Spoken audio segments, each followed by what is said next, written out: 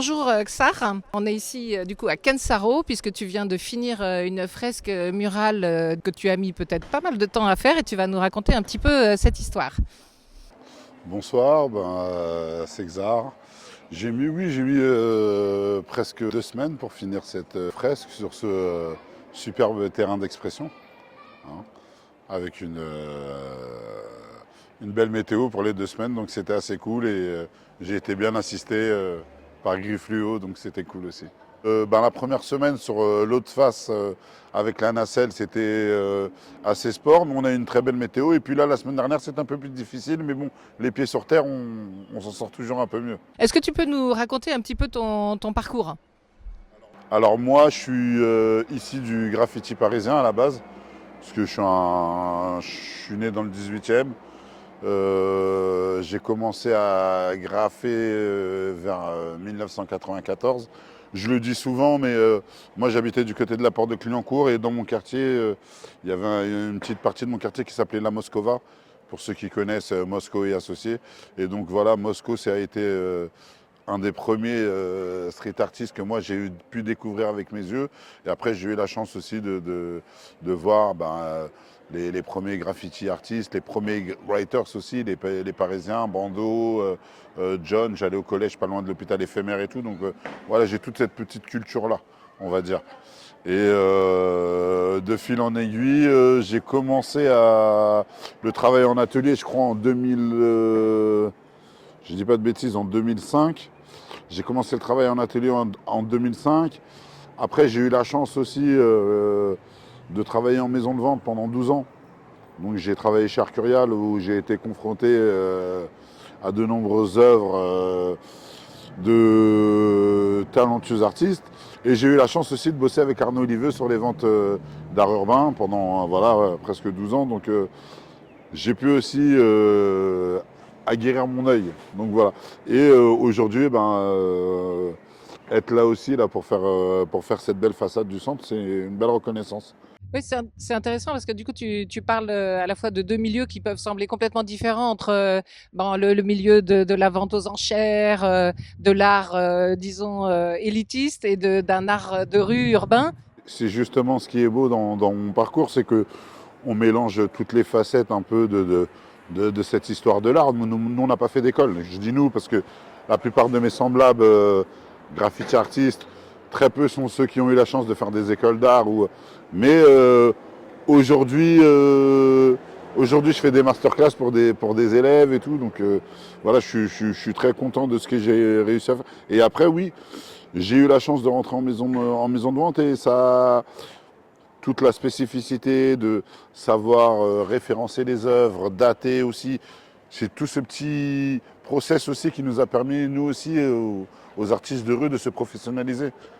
Je pense qu'aujourd'hui, maintenant, quand on voit l'engouement qu'il y a sur toutes ces fresques murales et ces façades partout dans le monde, je prendrais juste comme exemple Opar, là, qui est actuellement à Hong Kong, où je pourrais citer Jace, voilà, tous ces gros artistes qui font des façades partout dans le monde.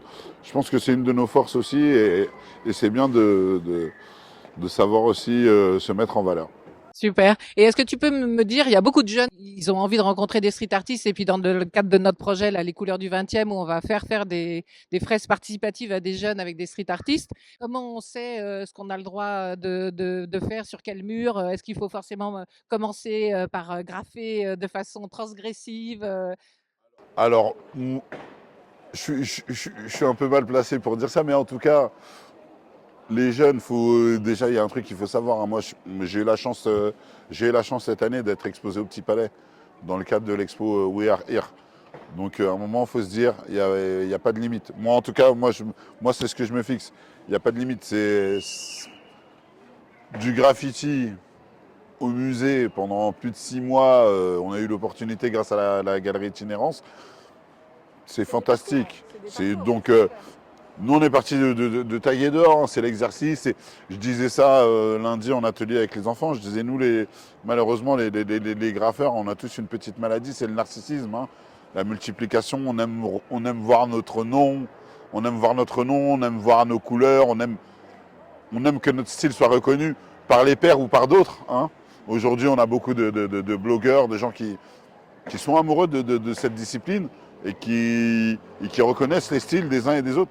Et justement, on a toujours eu cette petite fierté de se dire ah mais on a vu ton dernier dessin ou ta dernière fresque et ça voilà ça n'a pas de prix. Alors quand les gens s'arrêtent au musée devant votre œuvre, voilà. Mais tout ça c'est parti de graffiti dans les terrains vagues. On s'est entraîné dans les terrains vagues et les terrains vagues il y a des terrains. Les jeunes faut qu'ils y aillent, ils sont obligés de travailler la dextérité, la lettre, ce qu'ils ont envie de montrer en fait. Et c'est la pratique. C'est la pratique qui va faire que on va exceller ou on va se retrouver à peut-être être orienté. Et après, moi, je dis souvent, faut pas avoir peur de regarder les autres. Faut pas avoir peur de regarder les autres. Faut être inspiré. Nous, on a été inspiré de New York dans les années 80, 90, 70, Style Ward, Wild Style et tout. On les a vus, on les a revus. Donc après, à un moment, voilà, faut aussi que ces jeunes-là s'imprègnent de quelque chose. Quelles sont les différentes esthétiques en fait du graphe ou du street art? Bah, déjà, moi je vais partir du principe où le graffiti, le spray, hein, le spray art, comme on dit, comme ils disent là-bas aux US, euh, la discipline, elle regroupe pas mal de disciplines. Il y a les graffeurs, il y a les vandales, il y a ceux qui font du throw, hein, du flop, hein, il y a le lettrage, tout ça. Et quand on va passer, si vous voulez, à faire cette démarche de passer en travail d'atelier, on va déjà chercher à développer quelque chose. C'est-à-dire soit définir, travailler sur la lettre, sur la couleur, sur le lettrage, si vous voulez, sur la 3D, sur les origines, sur les mélanges, sur les encres. Et tout ça si vous voulez, c'est des techniques qu'on a appris dehors dans le furtif, on va dire. Hein. Des fois, on n'a pas trop eu le temps. Et on se retrouve maintenant à les explorer sur atelier, sur d'autres supports. Parce que nous, on a souvent eu comme support le mur ou des supports roulants pour les plus téméraires. Voilà. Hein. Mais on revendique pas, mais fallait s'occuper. Et retrouver toutes ces techniques du graffiti, parce que c'est ça aussi hein, l'essence du truc. Moi aujourd'hui je suis arrivé un petit peu dans ma démarche dans un style assez minimaliste, mais épuré aussi, où je travaille beaucoup la couleur, je travaille les différentes composites du graffiti. Maintenant j'ai mélangé aussi avec la peinture, avec l'acrylique, mais le spray est très important, le drip, les mélanges de couleurs. Et ça, voilà, c'est les graffitis, même c'est l'essence pure du graffiti. Le geste, le trait avec la bombe, le spray. Donc voilà, on ne peut pas faire de l'épaisseur sur le mur, Ouais. techniquement parlant. Du coup, tu vas essayer de le Donc, transformer. voilà. Ok. Et ça, tu vois par exemple les bandes roses que vous voyez ici, là, les grosses bandes roses. En fait, ça, je l'ai fait sur mes toiles avec des brosses à dents. Et du coup, là, tu viens. Tu vois, avec des brosses à dents que je taille pour avoir une trame précise et tout. Et je transfère ça avec les peintures, les encres que j'ai mis avant et tout. Ça, c'est ce qui est la force d'un street artiste. En fait, à un moment, quand tu es sur ta fraise, tu fais ce que tu veux. Oui, tu veux parler aussi. C'est bien, la maquette, c'est super bien, parce que la maquette, elle m'a aidé en termes pour placer Et même, vu que j'avais la maquette, j'avais déjà une idée de ce que je voulais faire et de ce que je voulais montrer. Mais ce qui était intéressant pour moi aussi, c'était de montrer mon travail d'atelier, tu vois. Je comprends. Parce que des graves, j'en ai fait 1000. J'en ai fait plus de 10 000, tu vois. Oui, parce que là, tu as une plateforme et une énorme. Par exemple, j'ai fait le mur du Square Karcher avec un de mes crews. On a fait que du lettrage. Ça, c'était là. Au mois de décembre. Ah, ouais, il est encore tu as participé à ouais, ce que j'avais vu, là, en vert. cool et tout. Voilà. Ok, ouais. Ah, Ouais, bah, cool. au bout de la bande, il y a un Xar avec 2 persos comme ça. Non, j'irai voir, Tu vois. Mais vous étiez beaucoup là sur cette. Oui. Mais moi, quand elle m'a proposé, Elise, de faire le mur du Square Karcher, je me suis dit, c'est Christo, il m'a dit, putain, ça serait bien le mur du Square Karcher de changer, de le faire un peu graffiti à l'ancienne. Ouais. Et donc, moi, tout de suite, j'ai dit aux autres, bon, on va faire un truc graffiti. Ouais. Comme je savais qu'au mois de mars, je venais à Kensaro, je me suis dit, là, à Kensaro, je vais pouvoir me lâcher. Ouais, trop bien. Et puis, voilà, j'en parlais avec Grems hier ou avant-hier. Je lui disais, ouais, parce que Grems, ça fait le mur du carré pavillon Baudin. Et je lui disais, terrain d'expression, terrain de jeu, il est génial. Être sur la nacelle la première semaine avec le soleil, les voisins, les gens qui vous encouragent. Les gens qui me disent ah mais c'est frais, et moi j'ai choisi ça, mais les gens me connaissent pas, mais c'est mon travail que ça soit très aéré et pas tassé et tout. Et quand j'entends les gens me dire ça sent bon, ça sent le frais et tout, là hier je me suis dit c'est sûr que ça va s'appeler 20e printemps. Franchement j'ai eu beaucoup d'encouragement et ça fait du baume au cœur, hein. Comme je vous l'ai dit tout à l'heure, c'est comme quand vous avez des enfants ou des adultes qui s'arrêtent devant une œuvre à vous dans une expo ou dans un musée. Donc vous arrivez à quand même à transmettre quelque chose, c'est fort. Bah ouais. Je pense que en termes d'émotion artistique, il n'y a pas plus fort, je Ouais. pense. Et ça crée vraiment- Avant, les gens détestaient qu'on tague leur porte de parking et maintenant, ils veulent nous acheter des tableaux. C'est assez sympa.